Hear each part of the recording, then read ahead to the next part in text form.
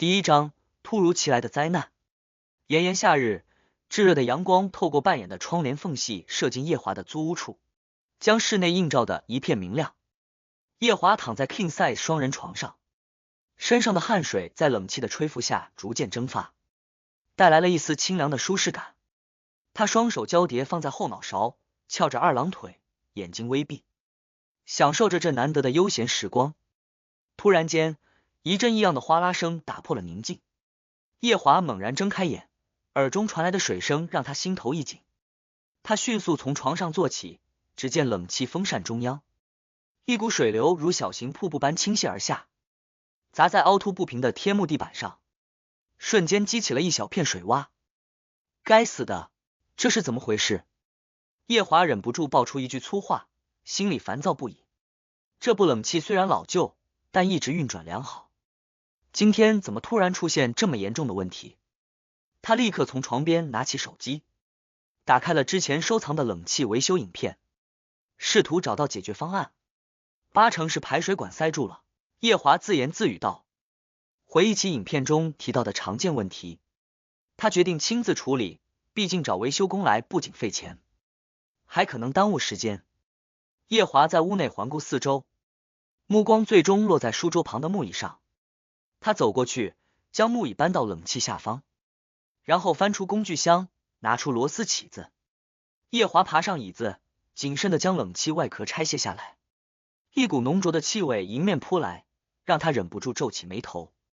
冷气排水孔内堆积着不少脏污，夹杂住绿褐色的粘稠液体，这些污垢仿佛久经风霜，散发着一股腐败的气息，让人不禁怀疑这冷气有多久没被清洗过。真是脏的离谱，房东之前都没清过吧？叶华嘟囔住，心里暗骂不已。他拿起一旁的塑料袋，准备将排水孔里的脏污清理前进。然而，就在他低头靠近排水孔的一瞬间，突然感到一阵强烈的晕眩，整个世界仿佛失去了平衡。啊！叶华惊叫一声，感觉自己身体被一股无形的力量吸入排水孔中。他努力想要抓住什么，但四周一片混沌，他只能任由那股力量将他拖入深渊。叶华眼前一黑，随即失去了知觉。当叶华再次睁开眼时，他惊讶地发现自己置身于一个完全陌生的环境中，四周环绕着一片奇异的绿褐色光芒。这光芒并非来自于某个特定的光源，而是仿佛充满整个空间。叶华试图站起身来，却发现自己的身体异常轻盈，仿佛整个人都变得无比渺小。这是什么地方？叶华环顾四周，试图理解眼前的情景。他目光所及之处，全是一些巨大且扭曲的物体。这些物体的表面布满了不规则的纹理，宛如放大了千倍的微观世界。一股浓烈的腐臭味扑鼻而来，让他一阵反胃。突然，叶华的耳边传来了一阵低沉的嗡嗡声。他惊恐地转身，发现不远处正有几个奇怪的生物朝他移动过来。这些生物大约有半个人高，身体呈现出绿色或褐色的半透明状，形状犹如巨大而圆润的胶状体。它们的表面布满了细小的纤毛，随着移动而轻微颤动，产生一种诡异的律动感。叶华屏住呼吸，尽量保持冷静，试图观察这些生物的动向。然而，当其中一个绿色生物靠近时，他惊讶地听见了一个低沉而沙哑的声音：“外来者，你是谁？”那绿色生物似乎在发出声音，但并非通过嘴巴，而是透过全身的震动来传递讯息。叶华愣了一下，随即结结巴巴地回答：“我是叶华，你们是什么？”那绿色生物没有立即回答，而是与旁边的绿色生物交换了一个意味深长的眼神。然后他再度发声：“这里是细菌的世界，你不属于这里。”细菌的世界？叶华惊讶的无以复加。他仔细打量这些生物，心中隐隐浮现出一个难以置信的想法：你们是细菌？那绿色生物点了点头，接着说道：“我们是这里的居民，绿菌一族。你现在所在的地方属于我们的领地。”叶华听到这里，顿时觉得头皮发麻。他原本只是想修理冷气排水管，没想到竟然进入了这样一个匪夷所思的世界。那我该怎么回去？他急切地问道。回去？绿俊微微一笑，笑容中带着几分神秘。也许你可以找到出口，但在此之前，你得先活下来。什么意思？叶华心头一紧，感到一股不祥的预感。就在这时，远方一只褐色生物突然发出了一声低吼，随即周围的空气变得紧张起来。叶华发现不远处的地面开始震动，仿佛有什么庞然大物正在逼近。绿俊迅速转身，朝着叶华大喊：“快跟我们走！鹤郡一族来袭了！”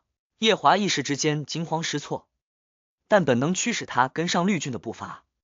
四周的环境开始剧烈变化，原本平静的绿褐色空间逐渐被一股黑暗的阴影覆盖。随着绿俊的引导，叶华不断奔跑，心中充满了恐惧和困惑。当他们穿过一片看似无垠的粘稠地带时，叶华终于看到了逼近的敌人。那是一群体型巨大且凶猛的鹤郡，他们的身体呈现出深褐色，表面覆盖着一层厚厚的鞘状物质，宛如披着重甲的战士。这些鹤郡以惊人的速度向叶华他们冲来，周围的空气都因为他们的力量而扭曲。小心！绿郡领袖猛地拉住叶华，将他推向一旁。随即一股强烈的冲击波扫过他们原本站立的地方。叶华心有余悸地看住刚才他们站立的地面已被撕裂，心中暗自庆幸自己得以幸免。我们无法与鹤郡正面交锋，他们太强大了。绿郡领袖的语气中带着焦急。我们必须找到藏身之处，等待援军到来。叶华来不及多想，随着绿郡们继续逃亡。他感觉到每一分每一秒都充满了危险，而他对这个微观世界的认知还远远不够。第二章，细菌帝国的战争。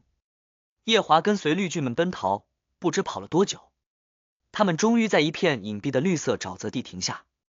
四周充满了浓厚的绿色雾气，这些雾气在空中漂浮，似乎有着某种护盾的效果。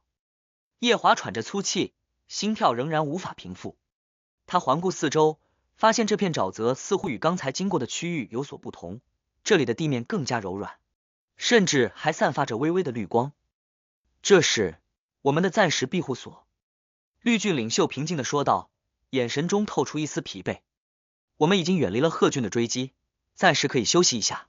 叶华缓过神来，这才仔细打量起眼前的绿郡。领袖的体型比其他绿郡大上许多，身上的绿色更为鲜艳，并散发着淡淡的光芒。他的身体中央有一颗发亮的核心，似乎是力量的来源。其他绿郡则环绕在领袖四周，对他十分尊敬。你们到底是什么？叶华终于忍不住问道，他的语气中充满了疑惑和不安。我们是绿郡一族，这个排水管世界的原住民之一。领袖回答道，语气低沉。我们的存在早于你们人类的文明，在这个世界中，我们与鹤郡一族争夺生存空间已经无数个世代。无数个世代？叶华惊讶地瞪大了眼睛。你们是一直在这里吗？那为什么我们人类从未发现你们？领袖微微一笑，那笑容中带着一丝无奈。对你们人类来说，我们的存在只是一种微小的生命形式，就如同你们眼中的灰尘一般微不足道。然而，在我们的世界里，这里的一切都是真实而宏大的。我们有自己的文明、文化和信仰，甚至有我们自己的帝国。听到这里，叶华的好奇心愈发强烈。你们的帝国是什么样的？领袖目光深远，似乎在思索如何描述。我们的帝国绿郡帝国位于排水管内的上游区域，那里有着我们的首都，一个由无数微小的纤维和微管构成的城市。城市中充满了各种精密的结构和机械，这些机械帮助我们维持生存，抵御外敌的入侵。他顿了顿，继续说道，我们的文明以和平与繁荣为主，但这些年来，鹤郡一族变得愈发好战和贪婪。他们的领地位于排水管的下游区域，那里的环境更为恶劣，充满了腐败和毒素。他们的城市建筑大多由硬壳构成，呈现出一种冷酷无情的美学。他们的领袖鹤郡大帝是一位残忍而强大的统治者，他一直试图统一整个排水管世界，将我们绿郡彝族消灭殆尽。叶华听得入迷，脑海中不断浮现出这些微观帝国的景象。那你们一直都在战斗吗？领袖沉重的点了点头。是的，我们已经无法避免战争，因为这是生存的唯一选择。就在此时，一个绿郡士兵匆匆走上前来，神情紧张。郡皇，侦察队回报，贺郡的主力部队正向我们的边境推进，情况十分危急。叶华一惊，什么？贺郡大军又来了？他们来势汹汹，似乎准备发动一场全面的进攻。士兵焦急地说道。该死，我们必须立刻准备应战。郡皇迅速下达指令，所有部队立刻集结，前往前线支援，不能让贺郡踏入我们的领地。叶华站在一旁，虽然不明白他能做些什么，但他感觉到自己已被卷入这场战争中。他决定跟随郡皇前往前线，看看能否帮上忙。他们迅速穿越了几片区域，来到了前线的边境地带。这里的地形更加崎岖，绿郡们依靠天然的纤维构筑了防御工事。叶华站在一处高地上，俯视着前方的战场，心中不禁为绿郡一族捏了一把冷汗。你真的打算参与这场战争吗？郡皇忽然问道，眼中闪过一丝复杂的情感。叶华深吸一口气，点了点头。我不知道我能做些什么，但既然我已经来到这里，我不能袖手旁观。郡皇微微一笑，点头示意。你的勇气值得钦佩，如果你能够帮助我们，也许我们能够改变这场战争的局势，谢谢你。叶华感到压力倍增，但他知道这是一场无法回避的战斗。他跟随郡皇来到前线指挥所，看到绿郡们已经在各自的岗位上准备作战，而贺郡他们的数量庞大，士兵们全都披着厚重的壳甲，手中握着带刺的武器。随着他们的逼近，整个地面都在震动，让叶华感到一种前所未有的压迫感。他们来了，郡皇冷静地说道。准备战斗！绿郡将领们高声命令，士兵们立刻进入战斗状态。随着一声号角响起，战斗爆发了。贺郡大军如潮水般涌向绿郡的防线，他们的攻势凶猛，强大的冲击力让防线摇摇欲坠。叶华在指挥所中目睹了这一切，心中焦急万分。我们的防线顶不住了，一名绿郡将领大声报告。派出预备队，无论如何也要守住这里。郡皇坚定地命令道。预备队迅速加入战场，他们的加入暂时稳住了防线，但形势仍然不容乐观。叶华看住前方的战况，忽然脑中闪过一个想法，也许我们可以利用排水管内的水流来对付贺郡大军。他突然大喊道。郡皇听到后微微一怔，你是说用水流来冲散他们？对，叶华点头道。排水管中的水流是这个世界的自然力量，如果我们能够引导水流冲向贺郡大军，也许能够削弱他们的攻势。郡皇思索片刻，随即下达指令，立刻派遣一支队伍去引导水流，务必要成功。随着命令的下达，绿郡士兵迅速行动起来，他们利用附近的纤维和微管，将水流引向战场前线。不久之后，叶华听到了一阵轰隆隆的水声，那是水流开始涌动的声音。快成功了，叶华感到一丝希望。果然，强大的水流如同洪水般冲向贺郡大军，贺郡士兵们措手不及，被冲击得七零八落，防线瞬间崩溃，他们的士气也随着水流的冲击而大幅下降，开始四处逃散。我们赢了！绿郡士兵们高声欢呼，士气大振。郡皇看住这一幕，眼中闪过一丝欣慰。叶华，你做得很好，这一战我们取得了关键的胜利。然而，叶华知道这场战争远未结束。贺郡大军虽然被击退，但他们随时可能卷土重来，而他在这个微观世界中的冒险才刚刚开始。第3章，陷入阴谋的漩涡。在那场战役过后，叶华的名字迅速传遍了绿郡帝国。他的机智和勇敢不仅挽救了前线的士兵，也为帝国赢得了宝贵的喘息机会。郡皇对叶华的表现赞不绝口，甚至亲自敕封他为绿郡帝国国民军第2副元帅，主要负责制定对贺郡帝国战争的重要战略方针。这一天，夜华被带到了绿郡帝国的核心，一座由微管和纤维组成的巨大宫殿。宫殿内部结构复杂，像是一个精密的机械装置，每一个部分都运作的井然有序。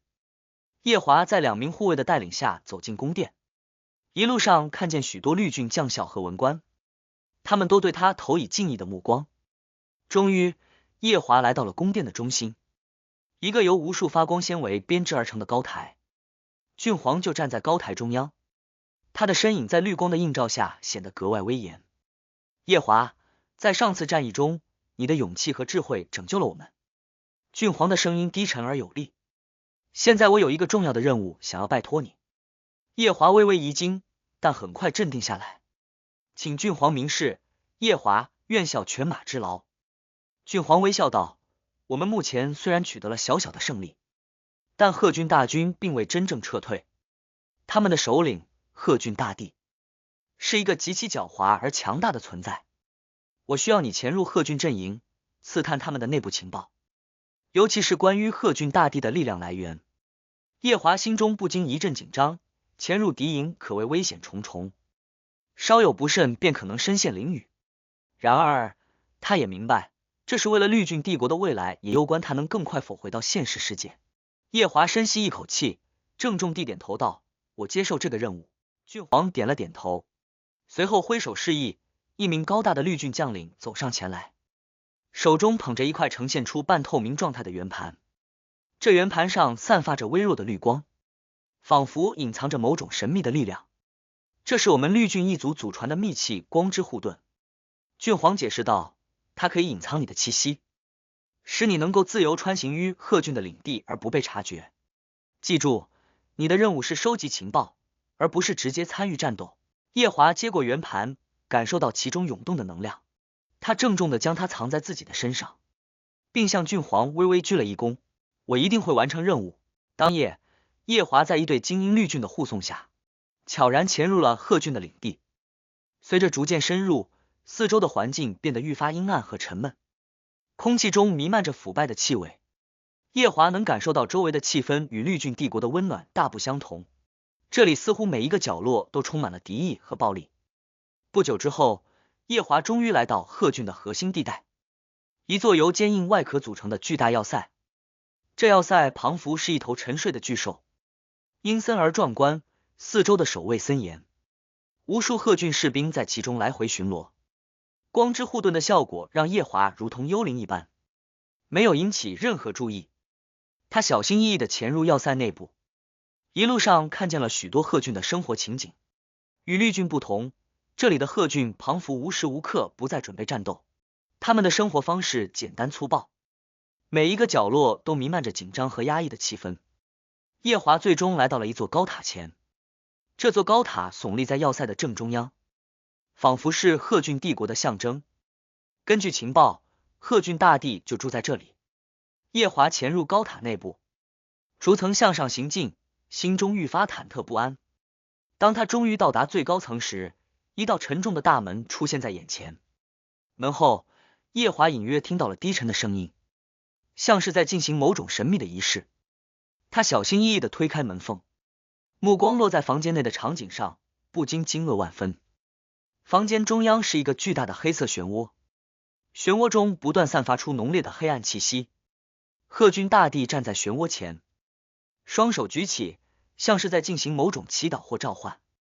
夜华能感受到从漩涡中散发出的强大力量，那力量似乎不属于这个世界，而是来自于某种更为古老的存在。这就是贺军大帝的力量来源。夜华心中暗自猜测，但他很快发现，这漩涡中的力量并不仅仅是贺军大帝的力量源泉。随着他对漩涡的观察，他逐渐感受到一种超越绿郡和贺郡的存在。就在这时，贺郡大帝的声音突然响起，打破了夜华的思绪。你终于来了，夜华。夜华全身一震，猛地抬头，只见贺郡大帝已经转身，眼中闪烁着阴冷的光芒。他的身影高大，背后的黑色漩涡如同恶魔般蠕动住。夜华的心脏狂跳不止，他知道自己已经暴露了。你以为可以躲过我的眼睛吗？贺军大帝冷笑道，这个世界没有我看不透的东西。夜华强行镇定下来，冷冷道：“你到底是谁？这漩涡中的力量又是什么？”贺军大帝不急不躁地走进夜华，眼中的阴冷愈发明显。你不需要知道太多，夜华，你只是我计划中的一个小角色。至于这漩涡，它是超俊的力量，这个世界真正的主宰。超俊，夜华眉头紧锁，这个名字他从未听闻过。贺军大帝似乎对夜华的无知感到一丝嘲弄，他扬起手臂指向漩涡。绿俊和贺俊不过是这个世界的棋子，超俊才是真正的主人。他操控住一切，让我们互相残杀，以维持他的统治。那你为什么还要为他效力？夜华忍不住问道。如果你知道真相，为什么不反抗？贺军大帝冷笑道，因为力量，夜华，力量就是一切。超俊赋予了我无穷的力量，而我用这力量来征服，来实现我的野心。至于反抗，没有力量的反抗只是一场笑话。夜华感到一股深深的绝望，他知道自己陷入了一个巨大的阴谋中。这阴谋不仅关乎绿俊和贺俊，还涉及到一个更为强大的存在——超俊。你不会成功的，夜华冷冷地说道。这个世界终有一天会有人站出来反抗超俊的统治，而你也会因此付出代价。贺俊大帝眼中闪过一丝冰冷的杀意，他缓缓走向夜华，低声道：那么，你愿意成为这个反抗的第一个牺牲品吗？夜华心中一紧，他知道自己已经无路可退。但就在这时，光之护盾突然发出了一道强烈的光芒，瞬间将夜华的身体包裹住，将他从危险中救出。我们还会再见的，夜华。贺军大帝的声音在夜华耳边回荡。当光芒散去时，夜华已经被传送回到了绿俊的领地。他全身冷汗，心中仍然充满了震撼和不安。他知道这场战争背后的阴谋远比他想象的要复杂，而他也已经深陷其中，无法自拔。然而，夜华也明白，无论前方的道路多么险恶，他都必须继续走下去。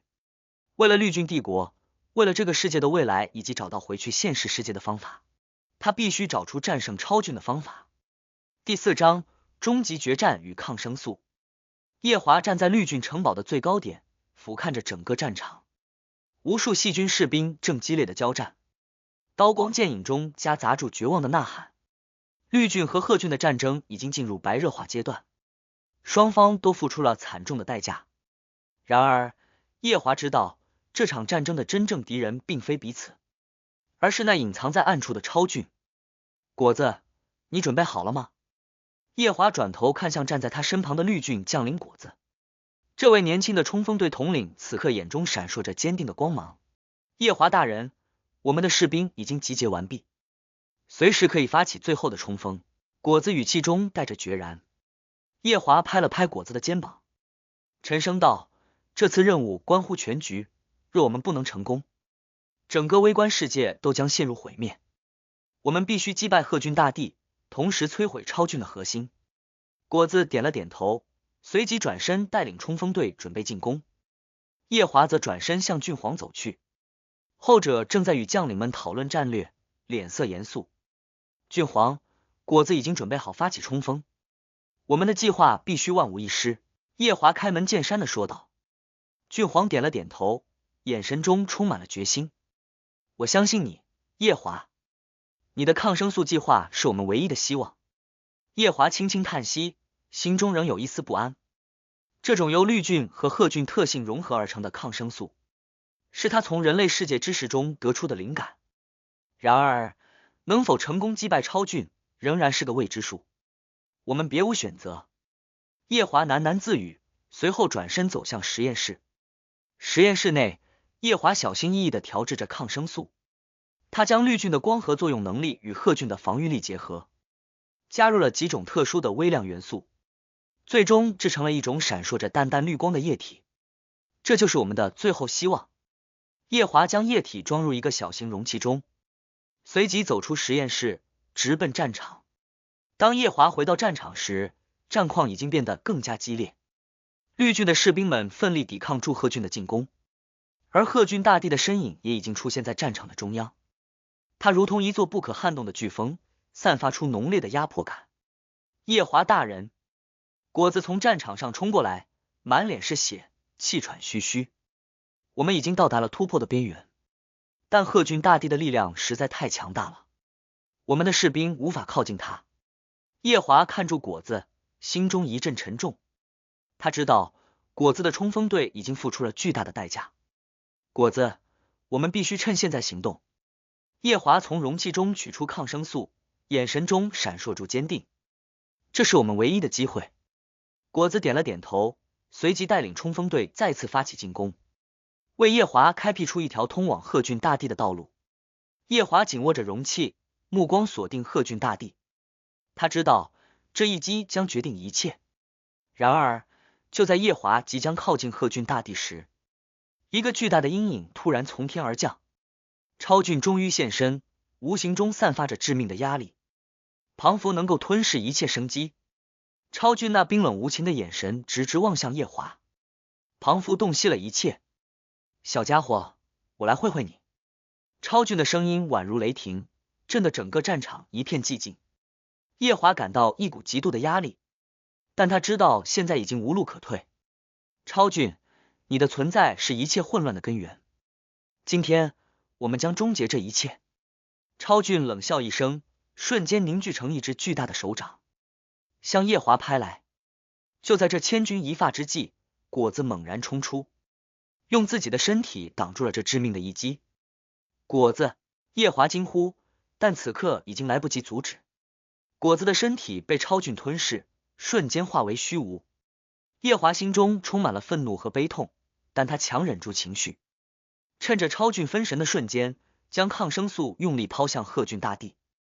抗生素瞬间划过空中，命中了贺峻大帝的核心。不！贺峻大帝发出一声痛苦的吼叫，他的身体开始剧烈颤抖，随即迅速瓦解。超峻见状，雾气猛然翻滚，似乎也受到了极大的冲击。夜华不再犹豫，他知道这是最后的机会。他用尽全力向前冲，将剩余的抗生素洒向超峻。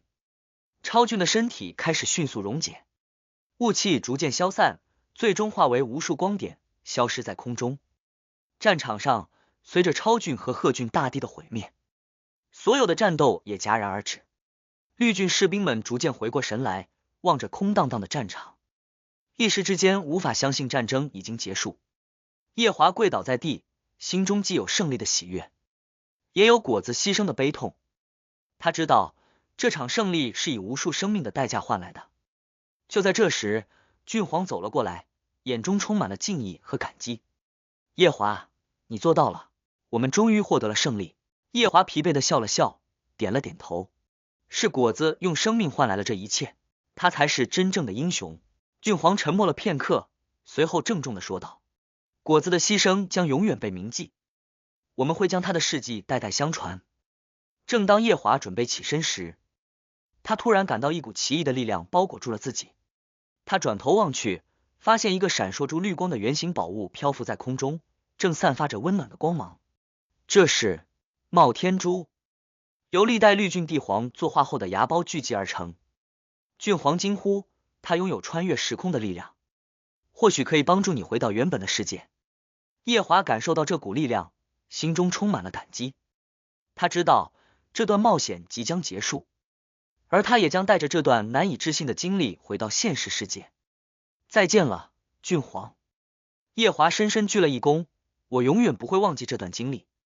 随着秘宝的力量逐渐增强，夜华的身体开始变得透明，最终化为一道光芒，消失在空中。当夜华再度睁开双眼，四周的光影瞬间变得刺眼，他下意识地眨了几下眼，耳边传来冷气机低沉的嗡嗡声，熟悉的天花板映入眼帘。租屋处简陋的房间在微弱的日光中显得如此真实，然而心跳的余震和指尖的微颤提醒着他，方才的一切并不是虚幻。那是一场梦吗？亦或是另一个世界的残影？如果您觉得故事内容还不赖，还请您按赞订阅，开启小铃铛，谢谢。